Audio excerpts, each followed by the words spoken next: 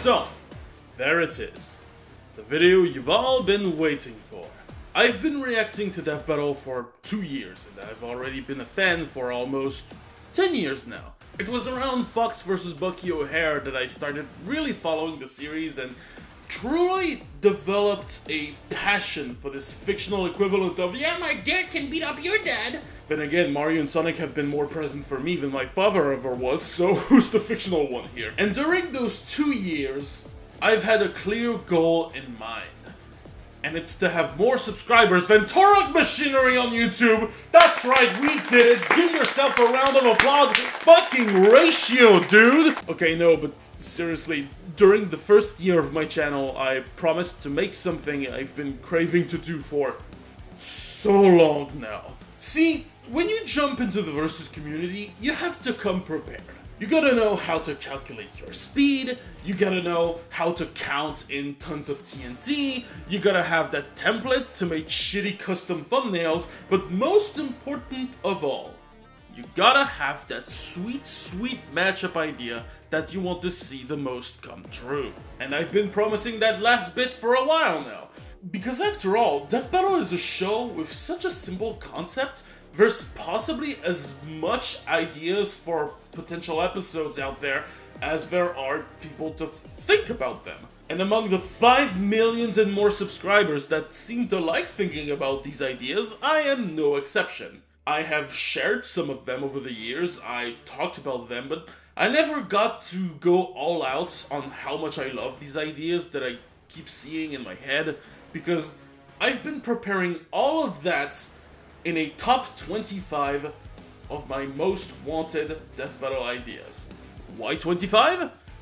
I don't know, I guess it's funnier than 24. But a Turok video is never a good Turok video if it doesn't have that big fat red disclaimer before starting anything, so I would like to set some terms, if you will. First, what you're about to see is a personal list. If you tell me that character A should fight someone else than character B, or that you would have wanted another matchup altogether to be in this list, well, make your own goddamn list in the comments. Hell, make your own damn video. Do you know how long it took me to put all of this together, you son of a... Anyway. Second, I also added a couple rules for my countdown. It didn't affect this list too much, but it did help clear out some faces that are a bit too familiar. You'll see what I mean.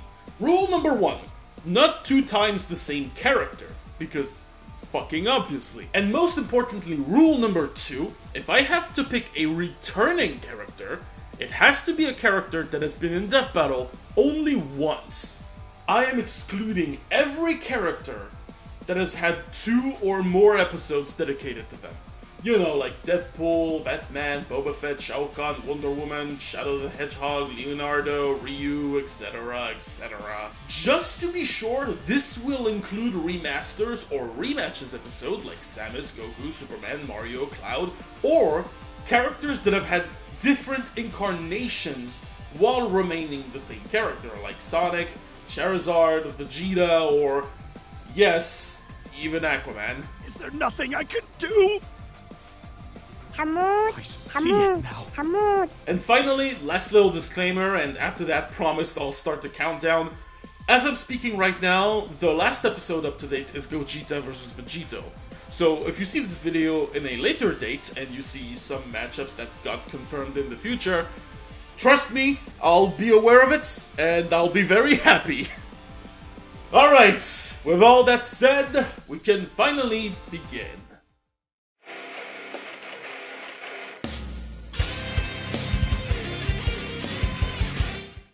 Asterix the Gaul versus Popeye the Sailor Man.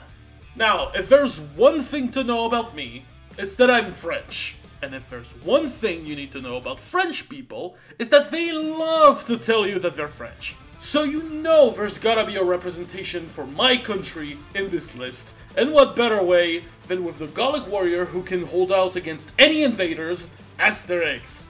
Hands up, anyone in the house who hasn't met them yet. Oh. I see. All right. Honestly, this sounds like a classic. 2 old comic brawlers who draw their impossible strength from the virtue of nutrition. Popeye eats his spinach and Asterix consumes his pottage. Seriously, if you look at the ingredients that Getafix canonically puts for the magic potion, you realize it's just a glorified soup. Anyway, let's address the elephant in the room. Since this is my big frog-sucking Frenchy matchup moment, you'd think this would rather be high on my list, instead of being straight up number 25. In fact, this used to be number 9. So, what happened? Well, let's just say that Popeye happened, and not Asterix, that's what. And I know what you're thinking, characters returned in Death Battle up the wazoo. Why would Popeye be any different? Well, let me ask you this. Do you really want Popeye to return after Saitama? Like, do you think there's anything that would be remotely new or interesting to explore now that you know Popeye could easily beat any non-Toon Force characters? Because yeah, I'm calling it now, this is an even bigger stomp than what Saitama suffered. Asterix's universe is still fairly realistic, albeit loosely, because he's still got his share of cartoon shenanigans from time to time.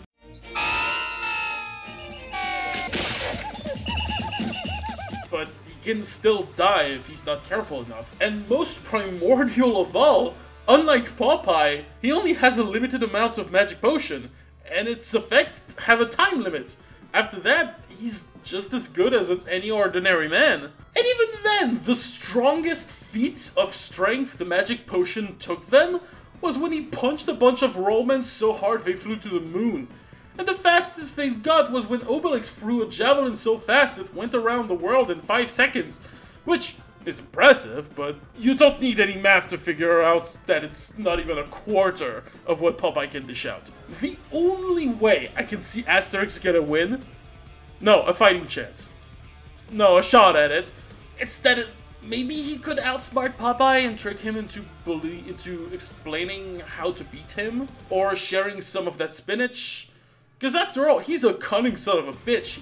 He once manipulated Aikido Master Cylindric the German into beating him, tricked the Master Hypnotizer into hypnotizing himself, or even made mad the entire house that makes you mad. But that wouldn't really help Asterix kill Popeye for good at all, since he can just come back out of nothing whenever he wants anyway. So yeah, pretty much anything interesting you can get with this matchup has already been explored. Which is honestly sad, because there was so much that could have been done while introducing a more obscure franchise, while Saitama is already confronted to so many other characters that stop him just as hard with just as little connection. Hell, I wouldn't be surprised if he returned one day, lucky bastard. While superhuman strength, speed, and durability are the classic effects of the magic potion, other medias gave it more interesting abilities, like the ability to create tornadoes, or if mixed with twin-headed unicorn milk, no, I'm not making that one up, he could even make super-powered clones of himself. Could you imagine Popeye fight an entire army of Asterix just by moving so fast he appears in multiple places at the same time? And imagine the flurry of blows that Saitama and Popeye exchange, but like on multiple places. It would have been so fucking cool. Or make Asterix form a giant fist with his clones. Or better yet, for the kill, you could have Popeye punch the atmosphere to make the sky literally fall, the one and only fear that Asterix and his people have. But yeah, there's also a lot that Saitama vs. Popeye already explored, so I'm aware that aside from one entire country, people wouldn't really be that invested into it. But if there is one chance that Death Battle considers bringing Popeye back again, by Toothatus, you goddamn know I'll take it.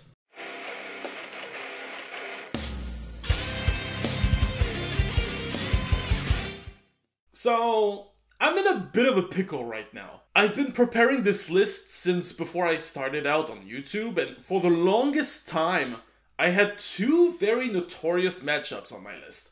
Bill Cipher vs. Discord as number 8, and Alex Mercer vs. Cole McGrath as number 4. And then, all of you decided to be absolute chads and voted for these exact 2 fights during the Champions poll. I also had Jason Myers and Sauron vs. the Lich King. Like, no, seriously, I had a very good run this year. But that also meant that I had to find successors for those entries, and while I had no problem for the latter, Bilcord and Colex really made me scratch for the bottom of the barrel because there are so many fights that I could want at this point. So if I have to include 2 newbies on this list, they have to be big. In more than one way. Galactus versus Unicron. Marvel versus Transformers. What can I possibly say about this matchup that hasn't been said over and over and over for years? I'm not too big into Marvel or Transformers, but it's one of those ideas that just, you've seen it being talked about by so many people for so long and being requested since the beginning of the show. It's been a matchup the Death Battle crew has confirmed that they were interested in doing it, like, for so long. They've been talking about it, they've been cock-teasing the shit out of us in Season 8. There's a question here. It's a pretty big question. It's one that a lot of people have been asking. Will you guys finally do Galactus versus Unicron this season? Well, that's all the time we have for questions this week. You would think, after all these years, after 12 years of Death Battle, after more than 150 episodes, you know, this would be in it. This would be ready now. Who doesn't want to see a Death Battle between 2 Devourers of Worlds, 2 Harbinger of ultimate destructions, 2 beings older than gods facing each other, just throwing, I don't know, planets or solar systems at each other? A lot of versus shows have attempted to replicate the epicness of this fight. All have failed.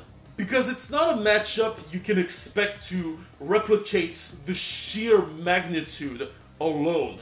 Death Battle is a team of professional, passionate, and awesome animators. They are the only one that can truly bring this matchup not only to a conclusion, because, you know, it's... I personally think Galactus would win, but, you know, this is also an interesting debate, but also make an animation that truly reflects the planet size of these 2 characters. Because after all, we've seen a glimpse of what it can look like with Thanos versus Darkseid. Imagine the shit they could do if this clip was like 5 minutes longer. Come on! It's right there! Where is it now?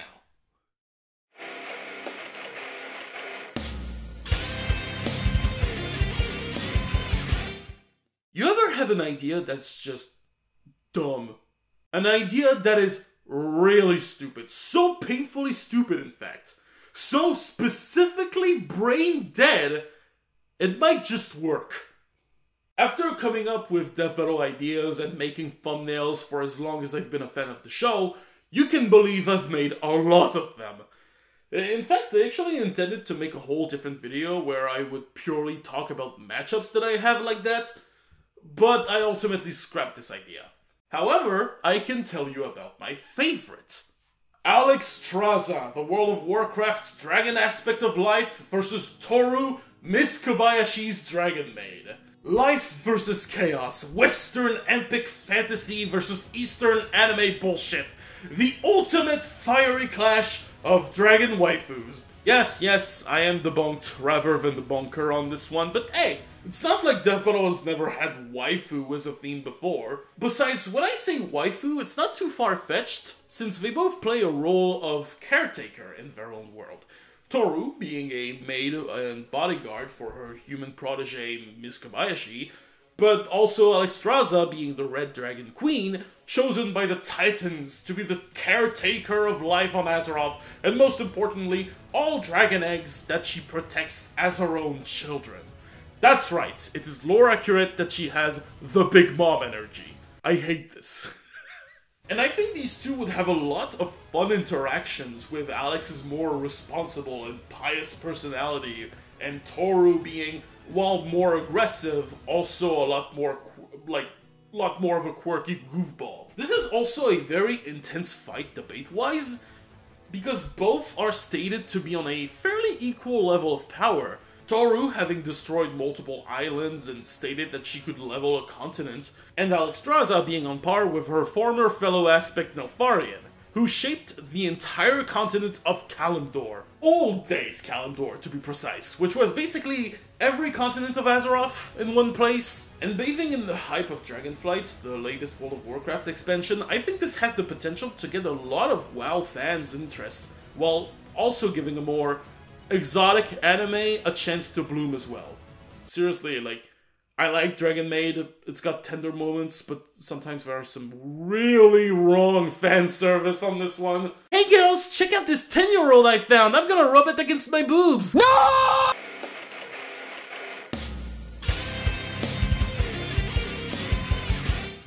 Sir Daniel Fortescue from Medieval versus Sir Arthur from Ghosts and Goblins. Okay, I'm gonna be real with you for a second. A lot of the matchups you're gonna find in this top are mostly here because I really like one of the two characters. I want them in Death Battle, and this is the best opponent I could find. In this case, I grew up with the first Medieval game on PlayStation 1, and I mained the fuck out of Sir Daniel in PlayStation All-Star. He's a big part of my childhood, and I would love to see him in Death Battle, no matter who he's fighting, really. And while Daniel isn't the only skeleton warrior that fights with a sword, a shield, and magic that I can think of, trust me, we'll get there. I also think Sir Arthur hits a nerve that's closer to what their games are about, which is slaying undeads and demons with a knight whose armor is really the only thing that's shining about them. Daniel, while being seen as the hero of Gallowmere, starts off as kind of an unsufferable coward, and Arthur is kind of an exhibitionist? Like, seriously, why do you go on a picnic in your underwear? And why did you wake your girlfriend like that? What was your plan, man? But they don't just fight with only a sword and shield. They have a vast arsenal that can get the job done in different ways, but also kind of sorta have a downside to them. Most of Daniel's weapons, for example, have limited use and can break or run out of ammo if used too many times. And while Arthur doesn't have that limit, as far as I know, he can't really switch weapons on the fly. So it's really a pick your poison strategy for him. Who would win? Honestly, I don't know. Aside from me really wanting Daniel in Death Battle for a sentimental reason and only knowing Ghosts and Goblins as one of the classic names of Capcom, now that I think about it, they both have been in crossover fighting games. So, there's that. But I haven't researched enough of both to call one over the other. I'd say Arthur's got an advantage in range combat and has fought bigger foes more consistently than Daniel, and he dodges things like lightning bolts. But Daniel has a more varied arsenal and did escape an explosion that wiped out an entire castle.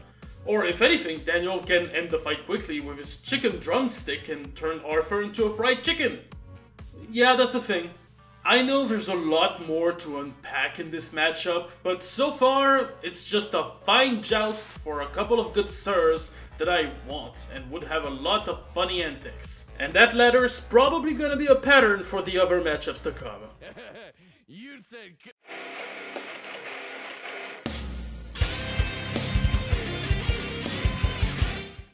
Axe Cop versus Inferno Cop.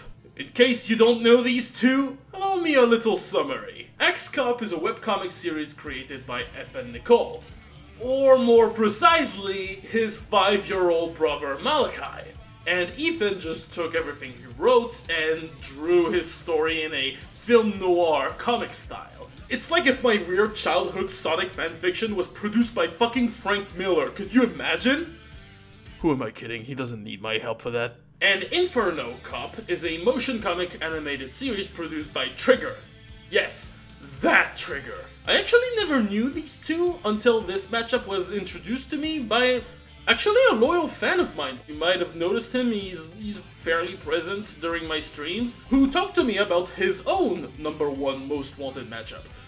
Not having anything better to do, I looked them up to see what this matchup's about, and I loved them instantly. These two franchises are driven by nothing but pure, unrestrained nonsense. We're talking about a cop that fights with an axe, psychic attacks, fire-breathing dinosaurs with miniguns for arms, dynamite that can blow up planets, granting wishes, and obtaining new powers by biting things or get spilled with blood. An Inferno Cup? He can make people explode with or without his trusted pistol, turn into an infernal race car that can time travel, resist attacks from God, cancel bulletproof powers with his own bulletproof powers, attack with Chaos Emerald colored fireballs, and overpowered a pregnant reality warping Scarlet Witch by going glitter mode after eating a potato and summon Devil Satan Hand. Do you see where I'm going with this? I'm just reading my script and rediscovering all of this. It kills me every time. Because, yeah, these two are capable of just anything because we just can. Oh my god. You know, if all cops are bad, and they are, these two are the baddest motherfuckers I've ever seen. And goddammit, it would make for the best joke death battle of all time.